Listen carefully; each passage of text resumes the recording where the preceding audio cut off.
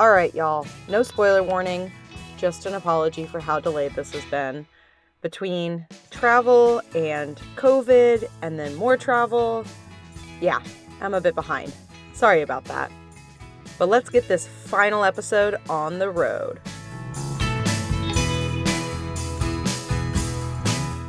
Ever since I started this season of the podcast, I've been haunted by a very specific worry. The lurking suspicion that just as I try to lay out my final thoughts on the ending of Supernatural, we'll find out that it was never the end at all.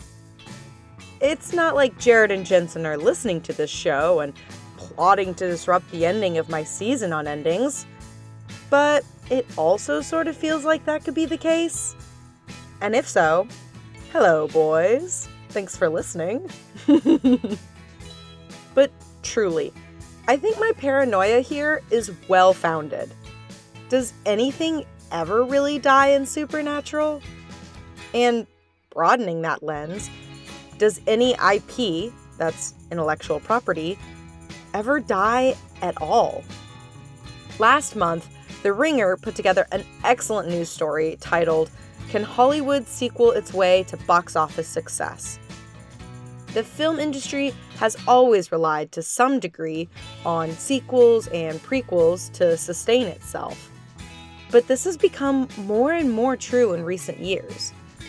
Who needs to create new stories or new worlds when we already have plenty of existing ones that we can dig into? And as we learned last episode, this isn't always a bad thing. Some reboots and resurrections are truly great works of art in their own right and bring compelling new elements to an established world. But this can also seem lazy and leave audiences exhausted. There's a phrase in screenwriting and in writing in general, kill your darlings.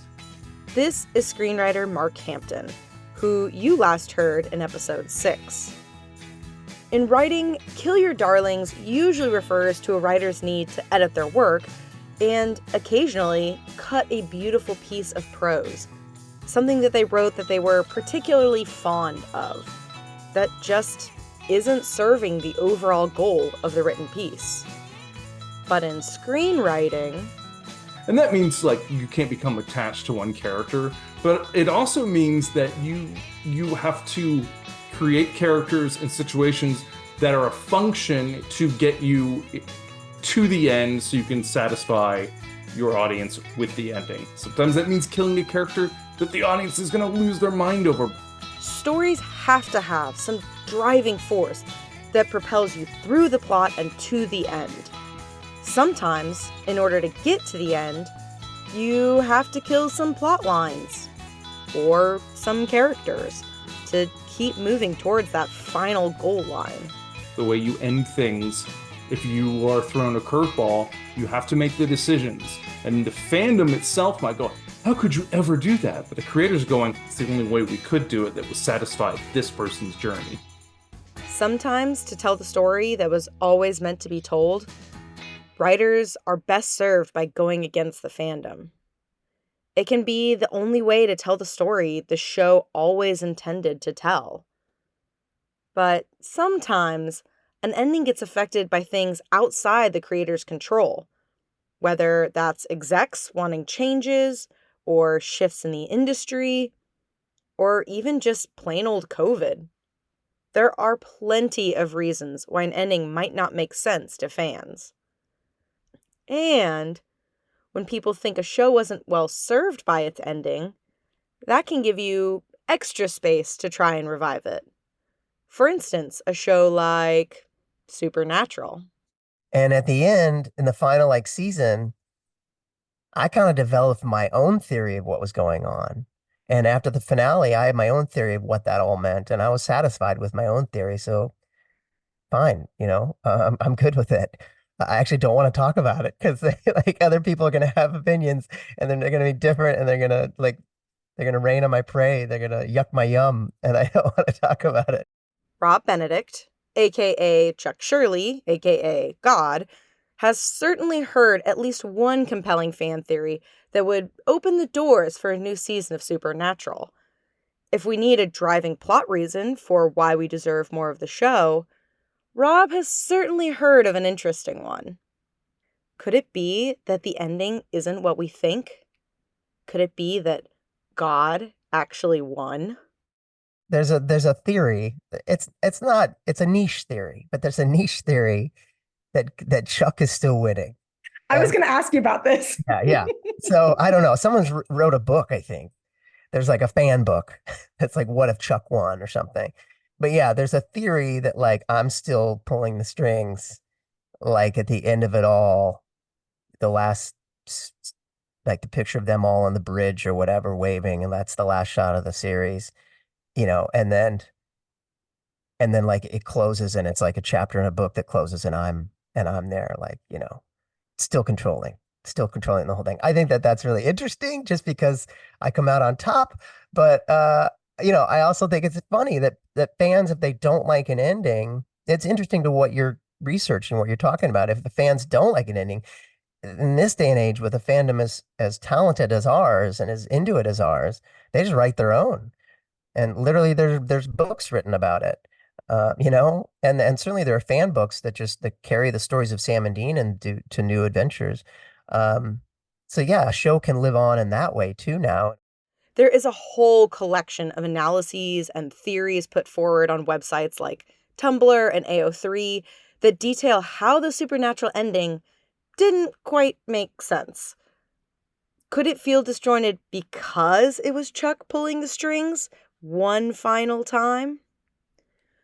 Arguments hinge on everything from the color grading to lines spoken by Chuck earlier in the season to the unresolved feelings around Dean and Cass's final scene never getting addressed.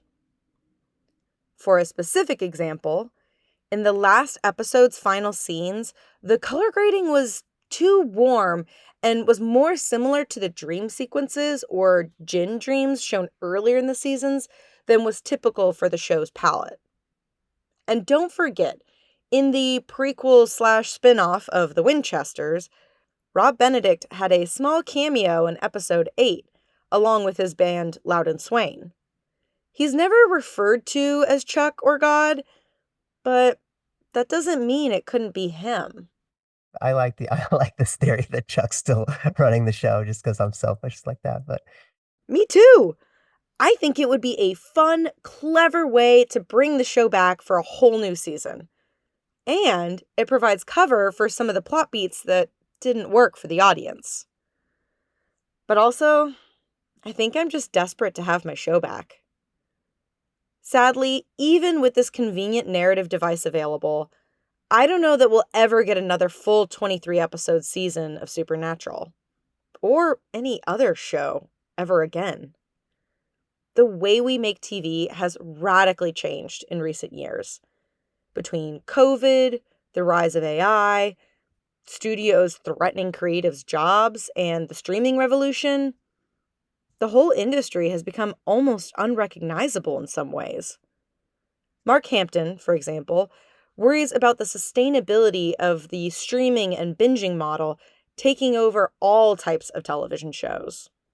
And that seems to be Prime's new model now. But yeah, it's basically an episode done. It is done and in the can, so there's nothing they can do. I think it will eventually change. I don't think that model is sustainable. But I don't think it's going to change soon. As we have moved towards making television for streaming, seasons have gotten shorter and more streamlined. This can certainly make for compelling storytelling. A tight season doesn't get lost in fluff or filler episodes.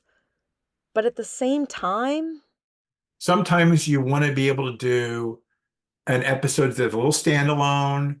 this is Jeffrey Bell. I do think we're losing something with the shorter orders, but I don't see anyone going back. So we are we're one of the dinosaurs, having lunch and not knowing the meteor is about to land on us. So Jeffrey and Craig Titley both worked on Marvel's Agents of S.H.I.E.L.D., We last heard from them in episode 5. Craig told me that he especially misses the old school way of creating long television seasons because it gave shows a chance to breathe and develop characters' personalities without the driving force of the plot pushing things along. And I just, as a fan, I miss that because there's something about seeing characters in the show you like who are like family, and to go deeper and like, those like we're just saying, those little tangential stories, you don't get that anymore in sometimes 3 seasons. Not only has the new method of making television shortened the length of seasons, but it's also pretty radically changed what gets a follow-up season and what gets cut. They're pulling the plug on shows that are successful just because, well, it won't bring in new people or whatever. So it's a different metric. So it is hard. In my conversation with Jeffrey and Craig, they both noted that it's become much more opaque for even the writers to understand what gets picked up for a new season and what gets canceled. If you're a longtime listener with a good memory, you'll remember my episode in season 1 on the SAG and WGA strikes. Then you might know that part of what they were negotiating for was more clarity around streaming numbers. In TV, when a show gets syndicated, that means the owners, the studio like Sony Pictures or Warner Bros. Studios, can broadcast the show across other channels. Those channels then pay a fee that is dispersed back to the creators. This is where residuals come from, when actors are able to keep getting a small amount of money for an old show that's still being aired on various networks. But unlike broadcast television's Nielsen ratings, streaming services have never been great about sharing the viewership numbers to show how popular a show is. This makes it almost impossible for creators to fairly negotiate. And if a show is cut before it really hits its stride, it can be hard to sell the show to another network when the creators don't have any data on how well the show did on the streaming service. All of these factors, plus the rising costs of producing TV, seem to be leading to more and more shows just getting a season or two before being unceremoniously cut. And for creators like Craig, that feels like cutting off a great band before they get to their hit record. The music bit, like all the great enduring classic bands, right? There was this whole thing about album number 4. Like album number 4 is when the band connected. It took 3 okay albums and a lot of touring. And it was always out. It was, I think, a whole book written called Number 4 or something like that. But people used to invest. You're not going to hit. Now it's like if the first song or the first album it's not a hit, you're done. And I think it's just become that way in everything. Sadly, there's no time to grow, find yourself, to find the show. Another creator whose words I keep coming back to is comic book creator and TV writer Ben Edlund. That notion of writing a novel and publishing it while you're writing it.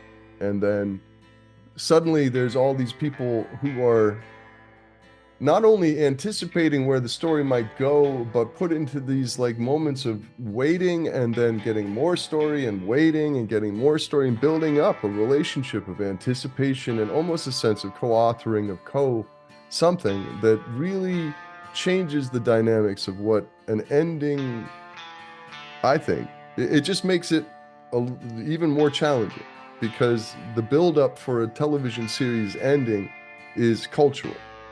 Ben sees the creation of television as more of a give and take between the creators and the audience. With traditional 23-episode seasons, he says, the creators have time to introduce a character and hear feedback on whether the audience likes them and how they might serve the story. But the new production model doesn't allow for this slow unrolling of the plot. Instead, all 8 or 10 episodes of the season are in the can, so to speak, before it starts airing. So there's no time to build this back and forth between the writers and the audience. And there's a chance that this is a big loss, because television seems to be the only type of entertainment that has this fast feedback. if you're reading a novel, you seldom are in, unless you're in a book club, you're not like live tweeting to other people reading the book word by word at that moment and going like, I don't know where this is going, but this is what I want. Like you're not in that. You're just reading the novel. But when a culture of expectation builds around the process of story making, it's just a whole different thing. And then when the culture of the receiving community is able to communicate with the originating community, the generating community, as a sort of like quickly and with as little slippage as it is now taking place, like, yeah, I think it's it's an interesting thing to focus on. Okay, so we have the plot excuse for another season of Supernatural. We might not get the old style of long seasons with more than 20 episodes. We might have to deal with a tightened 8 or 10 episode arc, which, I'll take what I can get. Look, there are lots of shows that are better served by a shorter story, but I don't think we fans want Supernatural to be that. Here's Rob Benedict again. I feel very lucky to have been a part of Supernatural, because that truly is lightning in a bottle. I mean, it just doesn't happen that way, especially not anymore. 15 episodes of 20 to 23 episode seasons. It's crazy. Rob pointed out that while all our old nostalgic watches might not hold up these days, 23 episodes a season are not. But that Supernatural, upon rewatch, does still look incredibly good. There's something in, like, with age, sometimes endings become more clearly bad, or more clearly actually good. You know what I mean? So, I don't know. At first, when the Supernatural ending aired, the overall reaction I was hearing was pretty negative, just about that episode. They didn't love. But then in retrospect, I'm hearing more like, you know what, I didn't mind it, and I think it, so yeah, I think in general, like, opinions change with time, and shows and movies get the opinion will change with time. You'll go back and you look at it and you're like, oh, some things look dated and they're actually not as good as you thought they were at the time. And then other things you're like, wow, that stood the test of time and that was really great. In fact, if you're like me, the test of time was watching the entire show during COVID lockdown and still getting scared by the monsters in the early seasons. And it's a great COVID show because it just goes on and on and on, Speaking of going on and on, for my listeners who aren't huge Supernatural fans, I'm sure you're wondering, is the fan engagement even really there or strong enough to expect a new season after a 4-year hiatus? Well, part of the reason this episode is delayed in coming out is because I spent a long weekend in my college town of Austin, Texas, for a little SPN family reunion, aka the Creation Entertainment Supernatural Convention and Radio Company concert. At the con, I kept seeing official merch with SPN 150 printed on it. When I asked the Creation staff why the 150, they told me it was the 150th Supernatural specific fan convention that they'd hosted. 150 conventions! That's not even including the Supernatural panels at bigger cons like San Diego Comic-Con or the European Con Circuit. And there's still more creation conventions scheduled this year at a pace of about one a month. So, yeah, you can see why some fans are so certain there will be another season. Though, as Richard Speight Jr. pointed out, these conventions don't mean anything when it comes to plans for a 16th season. Obviously, the band is no longer making hit records. You know what I mean? Like, it's a nostalgia tour at this point because the show doesn't exist. Obviously, it's relevant in people's minds because they can start at any time and be a new fan, and it can be their first experience. But nonetheless, we're not generating product. And that changes it a little bit because it's not an ongoing story. It's a closed book. That's not to say we don't get news at these conventions, but it's usually the actors plugging their latest shows, like Jensen talking about his upcoming Amazon series, Countdown, or Jared getting excited about joining the show Fire Country, where there's talk that his character might get his own spinoff from that main series.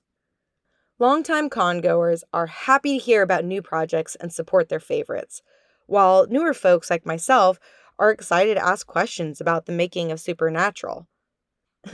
Actually, Rich thinks I wasn't the only new blood recruited during the pandemic.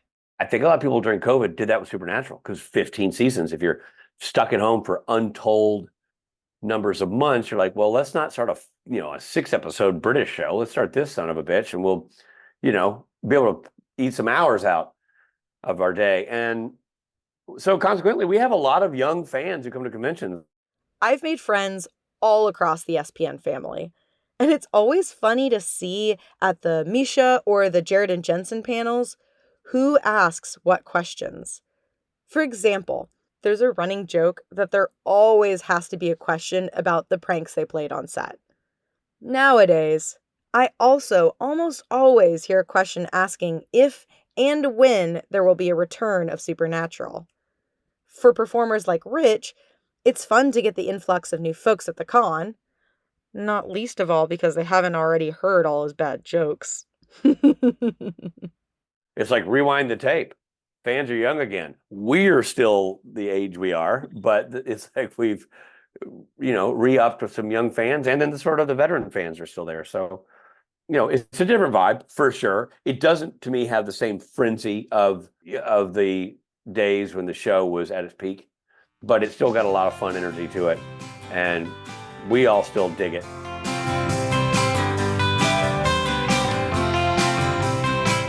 So, how do you end a season about endings when it seems that many endings are never actually that nothing ever seems to end?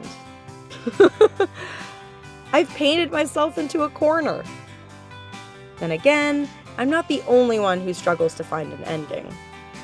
As we've said about 1 million times in this season, endings are hard. It's funny that the character I played talks about it a lot because I was the writer, So he says there are a lot of things he says, like endings are hard and writing is hard, and all that is true. So, will there be more Supernatural?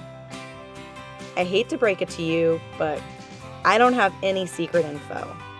I don't know. I hope so. I love to think that in 2025, we could get an announcement for another season. But with the current industry and our very busy leading boys, that remains to be seen. Guess I'm ending this season on a cliffhanger after all.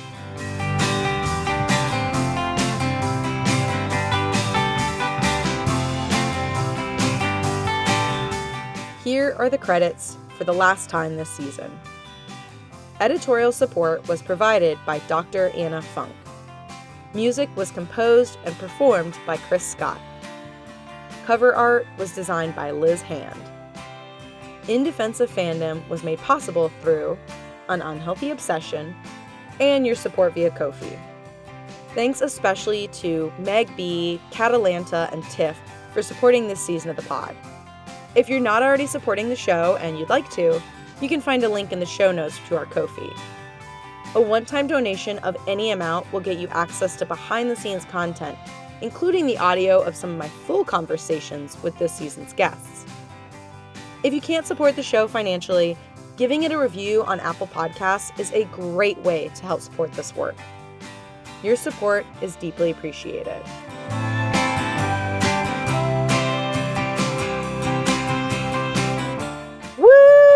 Done with the season! Also, sorry for the potato mic. I'm recording in my closet because life be lifin'. Alright, y'all. See you in the next season.